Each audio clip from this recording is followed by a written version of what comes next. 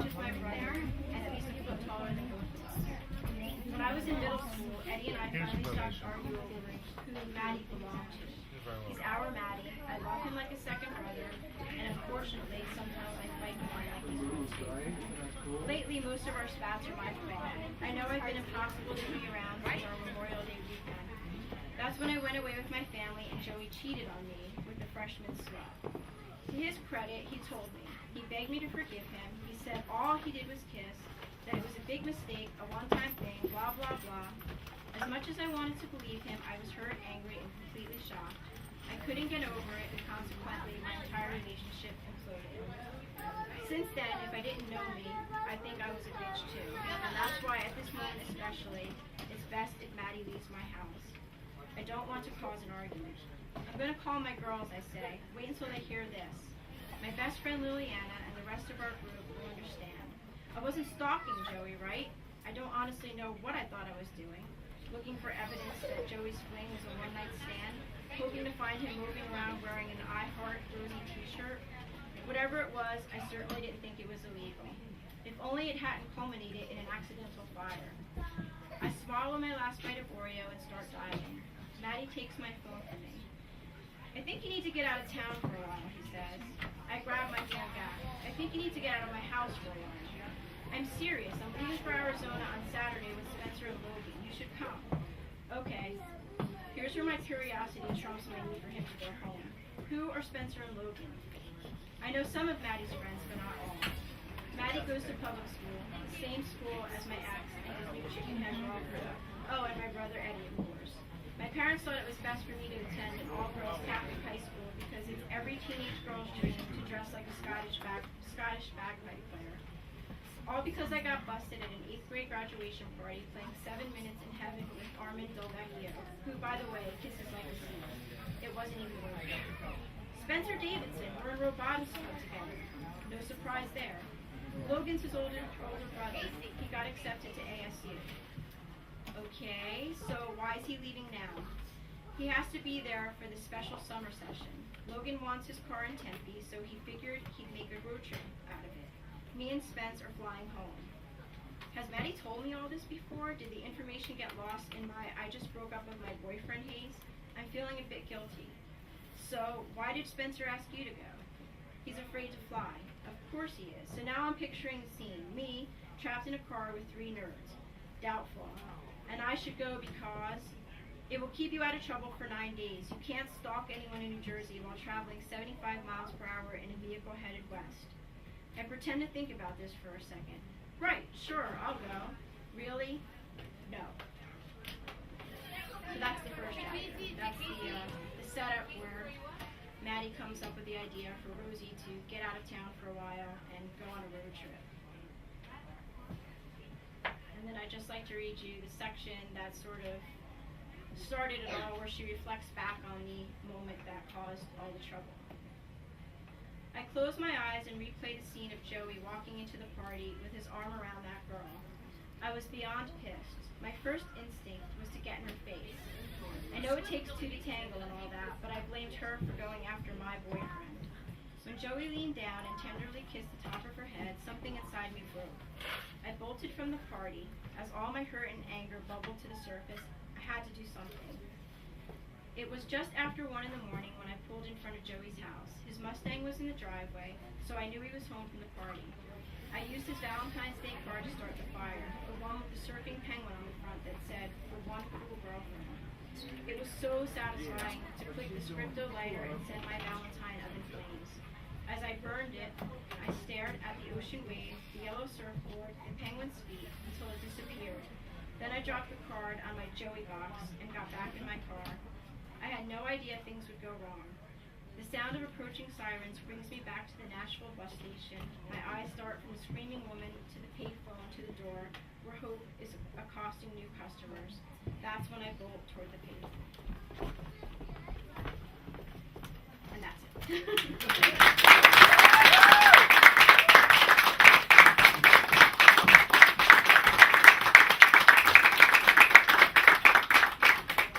Thank you. Any questions? How'd you get the idea for this? Um, Is this you?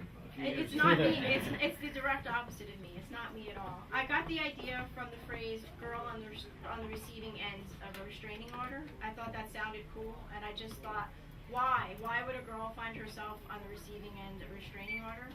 And it all stemmed from there.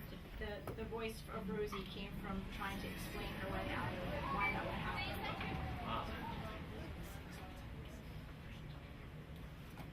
Any other? Thank you all for listening to me. I appreciate it. And I think now we're going to hear from the author of Solomon's Ring.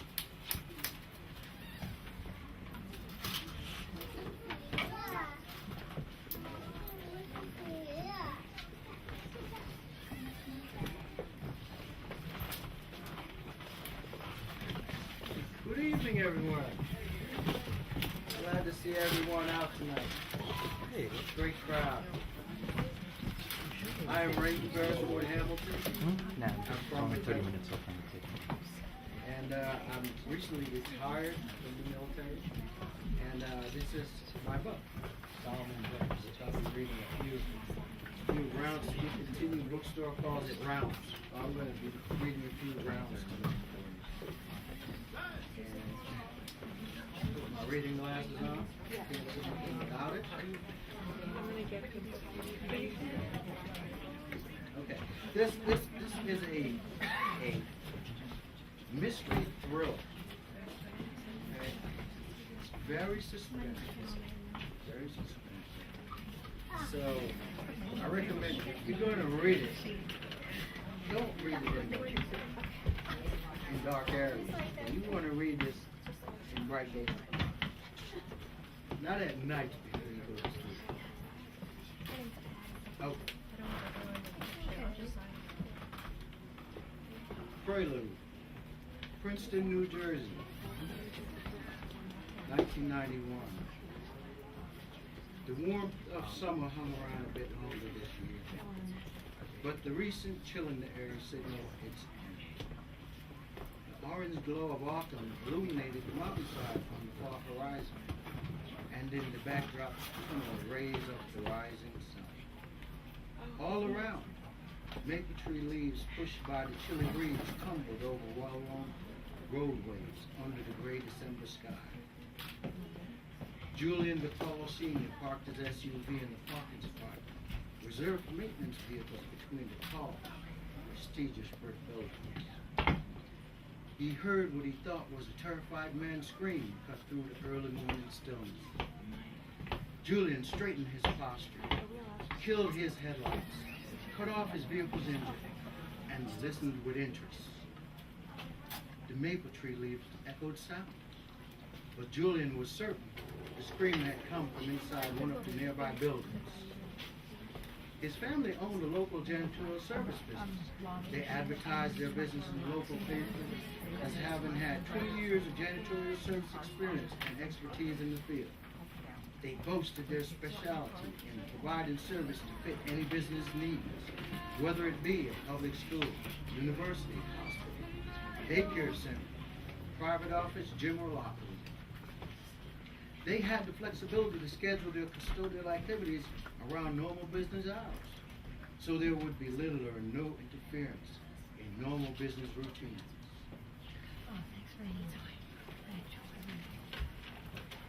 They emphasized their complete compliance with established government standards, and all their employees were required to complete a professional janitorial training program and be certified. Julian worked hard on the tutelage of his father to learn the business. His choice of career had been a no-brainer. He spent most of his free time helping his old man gather necessary supplies and equipment. Julian learned to operate all the fluorides, buffers, sterilize, and clean machines his father used. After his graduation from high school, he earned his professional janitorial certification and went to work for his father. His father was more than happy to have him, and immediately changed the company's name to the Collins Son Janitorial Services. Over the years, the family business grew steadily and developed into one of the more respectable and profitable business in the area. The Paul and Son Janitorial Service secured one of the bigger cleaning contracts in the area when it was hired by Princeton University to maintain the university's facilities, classrooms, and office buildings.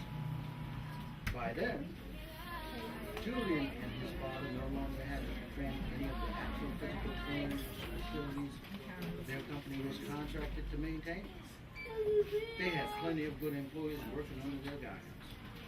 Instead, Julian had begun inspecting full-time while his father worked to secure new contracts for the company.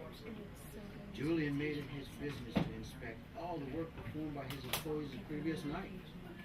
He made rounds of every facility under contract early each morning before his employees reported to work. This morning, Julian couldn't determine exactly where the unusual scream he heard had come from. Maybe it had been his imagination. When he couldn't sit there waiting any longer, he got out of his SUV, stood, and listened carefully one last time. A shutter banged against the window, and the wind rustled dry leaves in the trees. He saw the shadow of a huge, unusual-looking bird as it flew overhead. Julian hunched his shoulders and zipped his jacket tight to keep warm against the early morning chill. He glanced down at his wristwatch, 6:45 a.m., as he began his daily inspections. He walked along the narrow walkway until he reached the front door, which he pushed open to enter the building. Inside, Julian walked slowly through the narrow corridor of Princeton University's economics department. His practiced eye carefully swept over the work performed by his employees the night before, taking in every detail as he peered through the muted light. Everything seemed normal. Clean, shiny floors. He walked around corners, opened doors, and slid his fingers over sills. The corridor was peaceful and quiet. He heard no sounds, all quiet. Faculty members weren't due to arrive for another hour or so. Julian reached Professor Merriweather's office at the end of the corridor and idly turned the knob. He was sure his employees knew to lock office doors behind him. To his surprise, the knob turned. He sighed. What's this? Julian hesitated. Merriweather often came in early, and he sometimes chatted about economics. But the professor usually left the door ajar when he was in. Julian paused and listened for a moment. He didn't hear anyone inside. Neither did he smell the coffee Merriweather unfailingly brewed each morning. The professor must be out of coffee, he decided. Julian knew every man on the crew who cleaned the economics department, and he couldn't remember anything that would ever leave him to unlocked. Dr. Merriweather, Julian called. He waited a few seconds and then knocked. Professor, are you here? Julian eased the door open. The horrible stench inside pushed him back a step. It was like nothing he'd ever encountered. And as the owner of the janitorial service, he'd encountered plenty. The rank odor had a burned quality to it, like ozone, but without the freshness of rain and usually a hungry light. This smelled more like terror or death, or even something worse. Julian covered his nose and mouth with one hand and glanced around the room. At first, everything seemed normal. A scatter of paper littered the nice shiny black leather couch and love seat that he'd always admired. Nothing looked knocked over or disturbed. Light glistened off the edge of a picture frame sitting on the professor's desk. But behind the desk, a chill rushed through Julian's entire body. The hair on the back of his neck stood on end. He felt sick to his stomach, and a sharp ringing started in his ear. Sitting in Professor Merriweather's chair behind his desk was the horrifying sight of a mummified body. Its eyes and mouth gaped wide in what looked like excruciating pain. Its hair stood straight up on its head, like dried needle smoke. And its skin was a dark bluish color, dried and stuck tightly to the skull beneath. Somehow, Julian managed to dial 911 with shaking fingers. He drew in a couple deep breaths as he watched the police red and blue bubble lights flicker through the corridor from the patrol cars as they arrived and parked outside. What the hell is going on here? He asked himself as he placed one hand on his forehead, tilting his head skyward, and thought, this morning couldn't be any worse. Detective Lewis Cruz rolled his eyes at Julian as he exited the professor's office and recognized Julian standing in the car. Cruz grinned broadly. He walked over to where Julian was standing. You want to tell me what's going on here, DePaul? Cruz eyeballed him. Julian sighed. I don't know. I just found a body in there, that's all. That's what I thought you'd say, Cruz grinned. You know how these things work, DePaul. The one who reports the crime isn't supposed to be a suspect. But as of right now, you are my number one suspect. Julian jerked back in surprise. I don't have anything to do with this. No, sure you don't. I'm not through with you yet. Guys like you think you can do anything you want and get away with it. I'm going to get you, DePaul. Julian sensed Cruz's conviction of him by the look in his eyes. He felt as though he were in a court of law, trial for his life, and the jury had just pronounced him guilty as accused. Cruz interrogated him for the rest of the morning, even though Julian gave him the same answers every time. Julian had to cradle his head with both hands as he patiently gave him his statement. Cruz finally gave in. Okay, DePaul, you're released for now, but don't get too comfortable. I'll be keeping a close eye on you. Julian felt sick to his stomach. He knew he couldn't help the police very much because he hadn't seen anything unusual except the freakish body. And that wouldn't help him sleep very well for months to come. Julian followed the case in the news for the next few months. The ME identified the body as Professor Merriweather's, although the cause of death remained inconclusive. The death was ruled suspicious, and the case was never closed. End of prelude. Chapter 1. 20 years later, Friday, October 28, 4:59 p.m. A sudden knock on her office door interrupted Miss Dudley. From her office chores at the end of a long, chaotic week. Who is it? One moment. I'll be right there, she answered, as she placed the last of her files in her filing cabinet and locked the door. When she opened her office door, she saw Deputy Treasury Secretary Ruth Thorne standing outside her office. Miss Dudley was surprised. She hadn't seen the Deputy Secretary all day. Is Secretary Cheney in his office? Dorian asked. As he stepped into the office. He hoped he didn't look as tired as he felt, but his reflection in the dark-tinted window showed his navy blue suit jacket unbuttoned, pinstripe tie loosely hung around his neck, dark brown hair slightly unkempt, and the white in his blue eyes faded to a light shade of red. He carried a manila folder in one hand and held his forehead with the other. He halted in front of Miss Dudley's desk, where she'd been tidying up before leaving. No, Mr. Dorian. Secretary Cheney left a few hours ago. He caught an early flight to his home in Washington, she answered. Did he leave my copy of the files on the new budget proposal with you? Oh, that. She paused as she completed stacking files on her desk and picked up her keys. He did. The files and the secretary's notes are on his desk. Would you like me to fetch them for you, Mr. Dorian? No. Don't bother, Miss Dudley. I'll fetch them myself. Go and have a great weekend with your family. It's already way past your normal work hours, and I'm sure you are eager to get home, Dorian answered. Okay, sir. Thank you. Enjoy your weekend. I'll see you next week. Please don't forget to lock the doors behind you on your way out. Sure, no problem, he responded. Thanks again, Mr. Dorian, Miss Dudley said, as she retrieved her purse, slipped out the door, and hurried down the hall. She moves rather squirrely for someone her age, Dorian thought, as he heard the pace of the double-time clip of her heels on the top.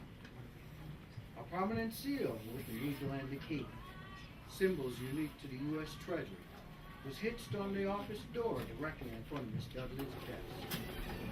Dorian opened that door, entered the Treasury Secretary's office, and didn't bother turning on the lights. He grabbed the folder off the desk and was halfway out the door before his mind registered the one thing he never expected to see. He froze momentarily. Hold on. He eased back and turned slowly. The blue in his eyes slowly moved from the surface of Secretary Cheney's desk to the majestic storage cube resting on the floor behind the elegant mahogany Solomon desk. Yes, there it is. The sight of the mysterious box froze him in his tracks. This can't be, he said to himself. He pictured the small box being the same he had seen a few times before at Secretary Cheney's mansion, and what it had contained. This is a treasure to behold, he thought, even if only for one day. Dorian stepped around the desk and reached one hand out to grasp the silver handle. He turned it, but nothing happened. He slammed his right-hand door on the desk. Locked. It's locked. Damn it. His eyes narrowed as he rolled the swivel chair around and took a seat in the old hickory, tangy, barrel-back leather chair and began searching through the drawers for a key. The first drawer he opened, top center, contained only pens, office supplies, and a few papers. Bang! He slammed the drawer shut. His brows wrinkled as his eyes widened. Then he reached for the top drawer on the left side of the desk. When he opened it, Secretary Cheney's small bunch of keys rattled in the view. Ordinarily, Cheney wouldn't leave this box behind. Could it be that the recent controversy surrounding him has affected his memory and caused him to forget it, along with his key? He thought, as he fingered the key slightly. What other explanation could there be? Dorian shrugged his shoulders and started searching the keys for the right one. He tried each that he thought might offer success before he inserted the correct key and it aligned with the pin tumblers inside the indication of the lock. And he heard the barrel turn inside the locking mechanism. He carefully opened the majestic storage cube and removed a smaller wooden box, only about 2 inches square, that looked very old, like it had survived the graduation of many elapsed years. He placed the small box on the desk before him, closed his eyes, and thought, the ancient Hebrew king's ring. A smile appeared on his face, and he opened his eyes. He sat back in the comfort of Secretary Cheney's chair, gazed up towards the ceiling, and searched every corner of his skull. His mind reflected on the legend of long ago. According to Jewish tradition, a king named Solomon had assumed his father's kingdom in the 10th century B.C. Solomon ruled 40 years, according to 1 Kings 11:42. And during that time, Israel flourished into its golden age, claiming to be favored by God. And Solomon ruled a prosperous and unified kingdom, and arguably was credited for the establishment of the first centralized government with a professional army and developed trade. Solomon had been a true pioneer of his time, blessed with wisdom like no other, and the first Israeli king to erect a temple for the Lord, which housed the Ark of the Covenant. Dorian smiled, opened the small box, and caught sight of the ancient sparkling Corinthian brass relic. He took out the ring and inspected it closely. The soft gleam of the shiny hexagon carved in its face inside the circle, with 4 jewels in its corners twinkled in his eyes. He took his time inspecting the one sharply cut markings, the symbols now worn smooth by time and habit, inscribed on its inside. I know what I It old and worn in its appearance, but still, more precious than gold, he said to himself. He slid the ring onto his pinky finger on his right hand. It fit perfectly. He felt an inner warming sensation tingle slowly through his body. Gold, silver, diamonds, and rubies.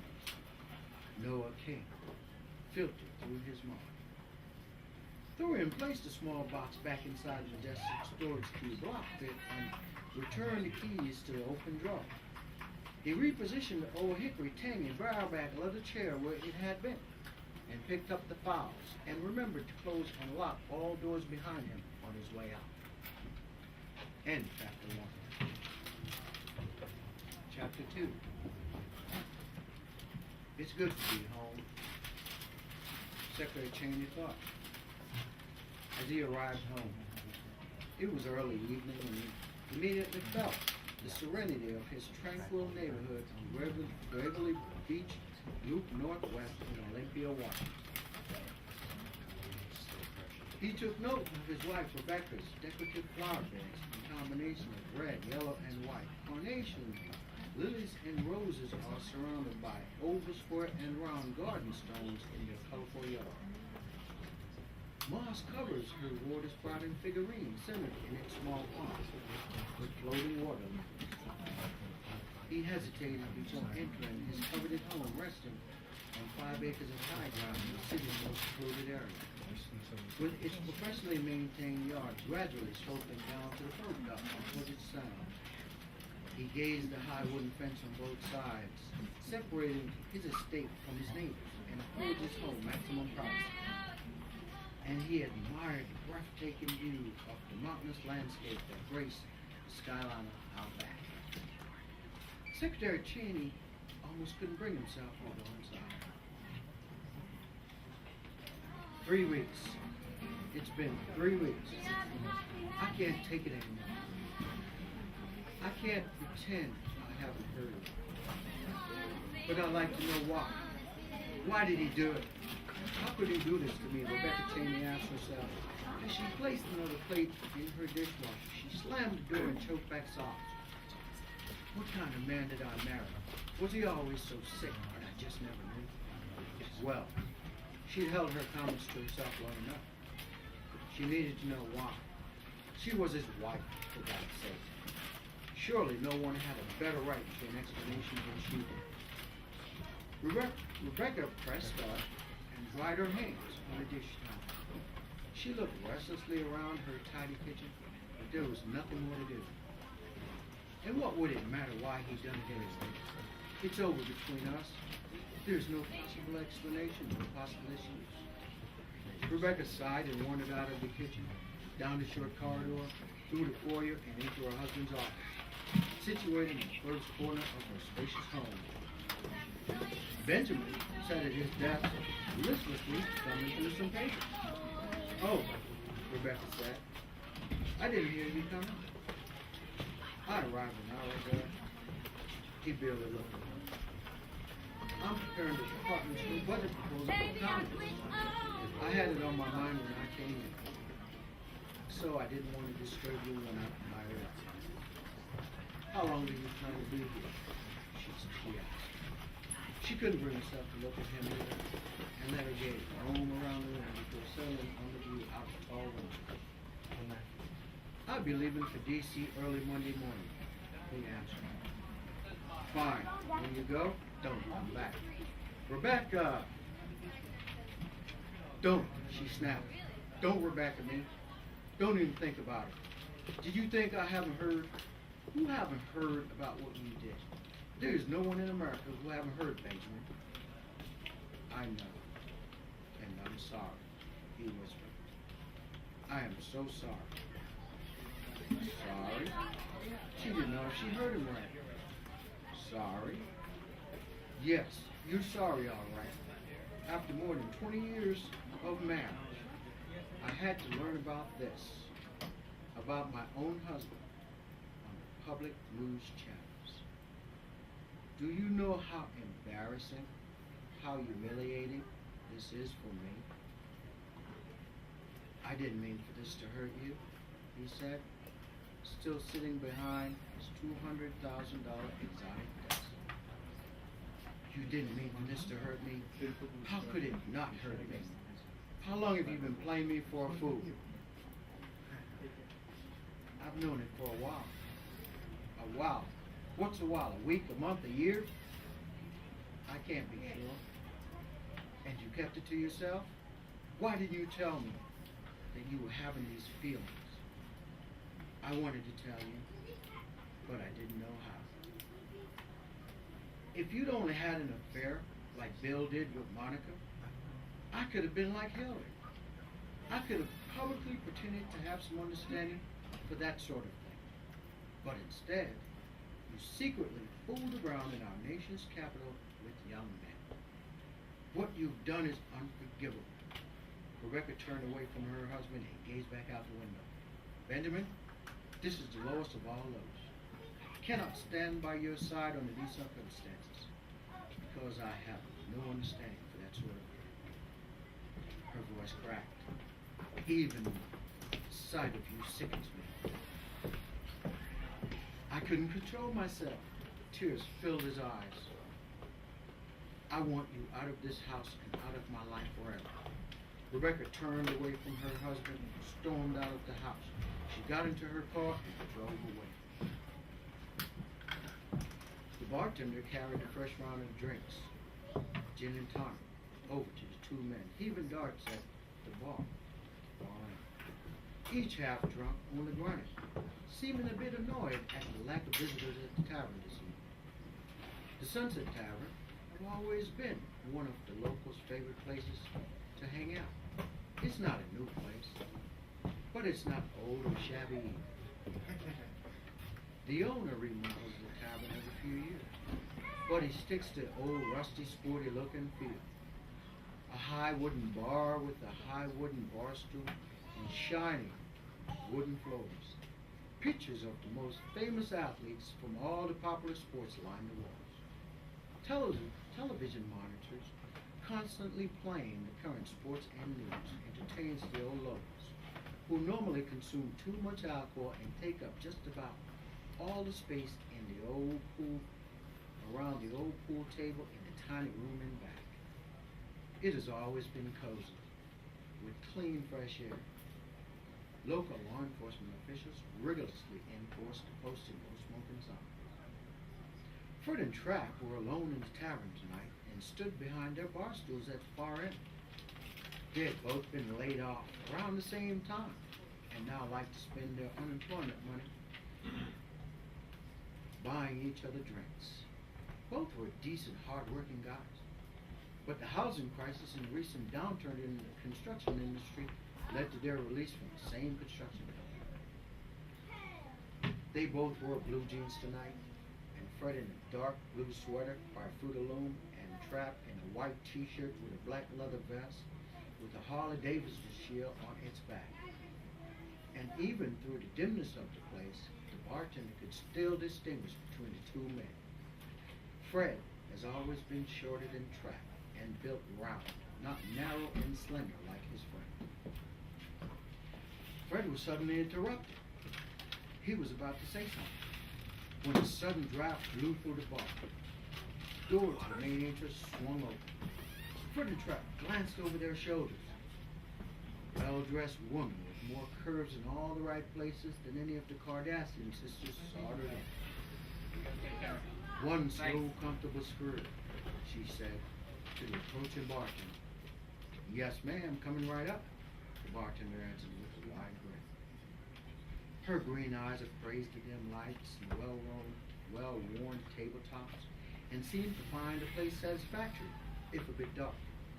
She took a seat at the bar. Do you see that? Fred whispered, as he leaned over the countertop and pressed his elbows into the back of his bar stool. Beautiful, well-toned calves, tight curves, well-groomed features. She's not from around this neighborhood.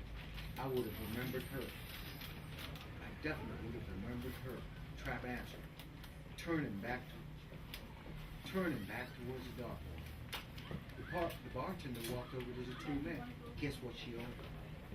I don't know. We didn't hear it clearly. I bet you're going to tell us. Trap threw a dart and turned back towards the bartender. It's the first since I've been working here. She ordered a slow, comfortable screw. Boom! The sudden explosion rocked through the bar. Rattles rattled against each other along the back wall. Lights swayed overhead. Fred lost his balance as the bar stool tipped over. Trap peered down at his friend as the shaking subsided. Get up, Fred. You didn't have that much to drink, Trap said. Can't take you anywhere. Damn, she really ordered that? Fred asked as he picked himself off the floor. I'm not kidding. That's what she ordered. I felt like telling her that I've got a private room behind the bar and asked her if she's interested, but I had to hold myself back. Trap placed both darts down on the counter and stepped off while the bartender and Fred talked. He walked down to the end of the bar where the lady was sitting. Hello. Do you mind terribly if I sit here? He asked. No, help yourself. It's not my bar, she answered. Thank you. I'm Trap. He extended one hand. She took it. Rebecca, she said. Trap.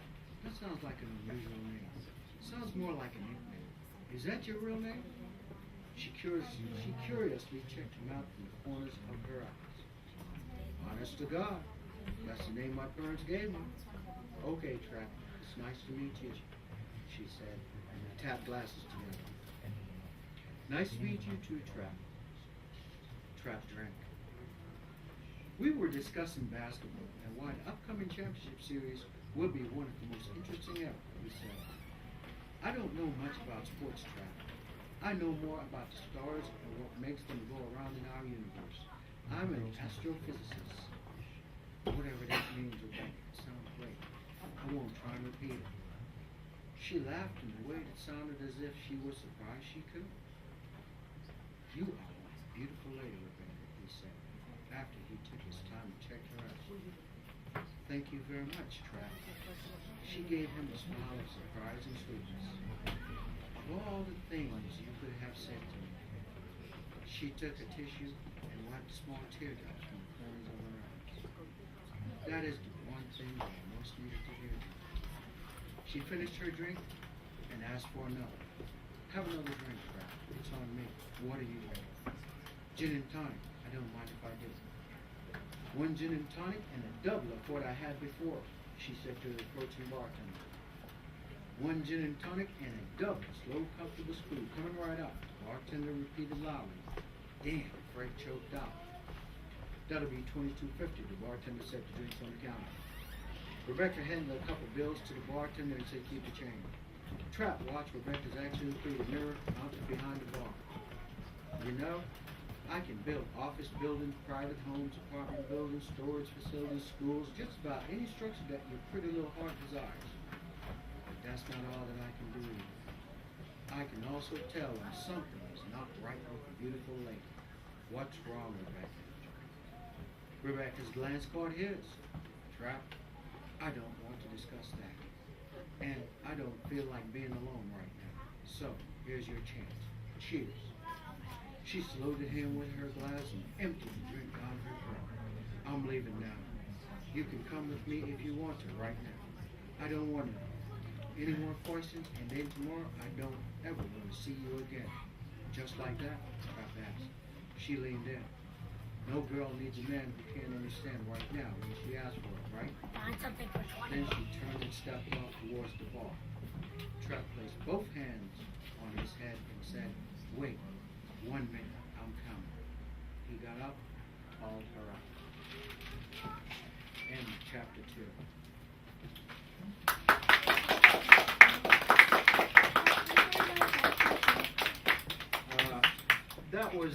That was the developing chapters, introduction of a few of the characters, and sort of introducing you to the storyline. The story builds as the book progresses, as the chapters progress, and the characters, new characters enter into the picture, and it becomes super suspenseful and super mysterious. Okay? That was only the prelude and the first 2 chapters. I'm very happy with the reviews that it's been getting. It's getting a ton of 5 stars on Amazon, which is the highest review stars that it can receive. So I hope that you will check it out and read it and comment back and let me know how you like it. Thank you for listening.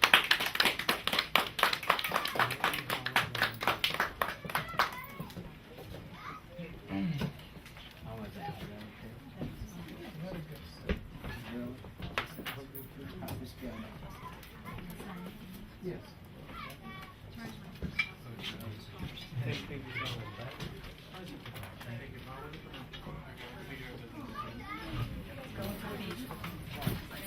You know, that is one of the comments, one of the reviewers said, it's for take on the food for Especially when you don't have to get up the next morning and stay up late to finish it. The name is? Lynn, L-Y-N-N.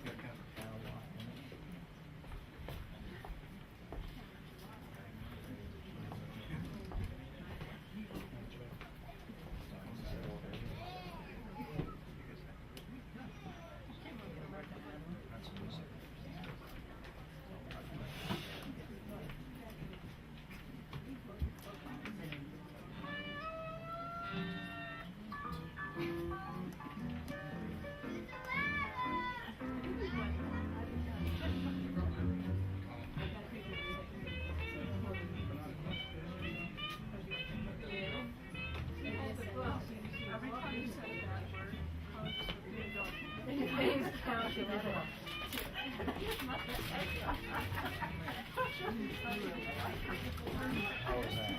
Good. Did you get the YouTube, huh?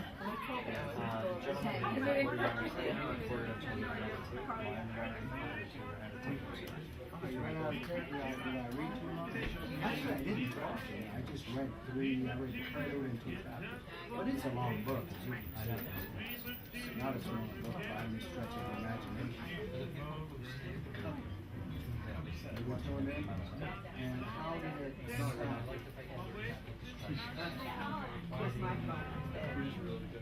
No, I couldn't. You didn't have to buy it. So, you like it? You like it? Yeah, but I was only catching snippets. What I like about it is that it reads like a little bit of sci-fi. It's not a sci-fi. I know, It's a thriller mystery. I know. Why don't you try reading it to get to know it? What did you read about? I'm telling you, it's an excellent book. I've got professionals giving it a 5 stars. I think you would see how good it is. It's not a sci-fi. It's a mystery thriller.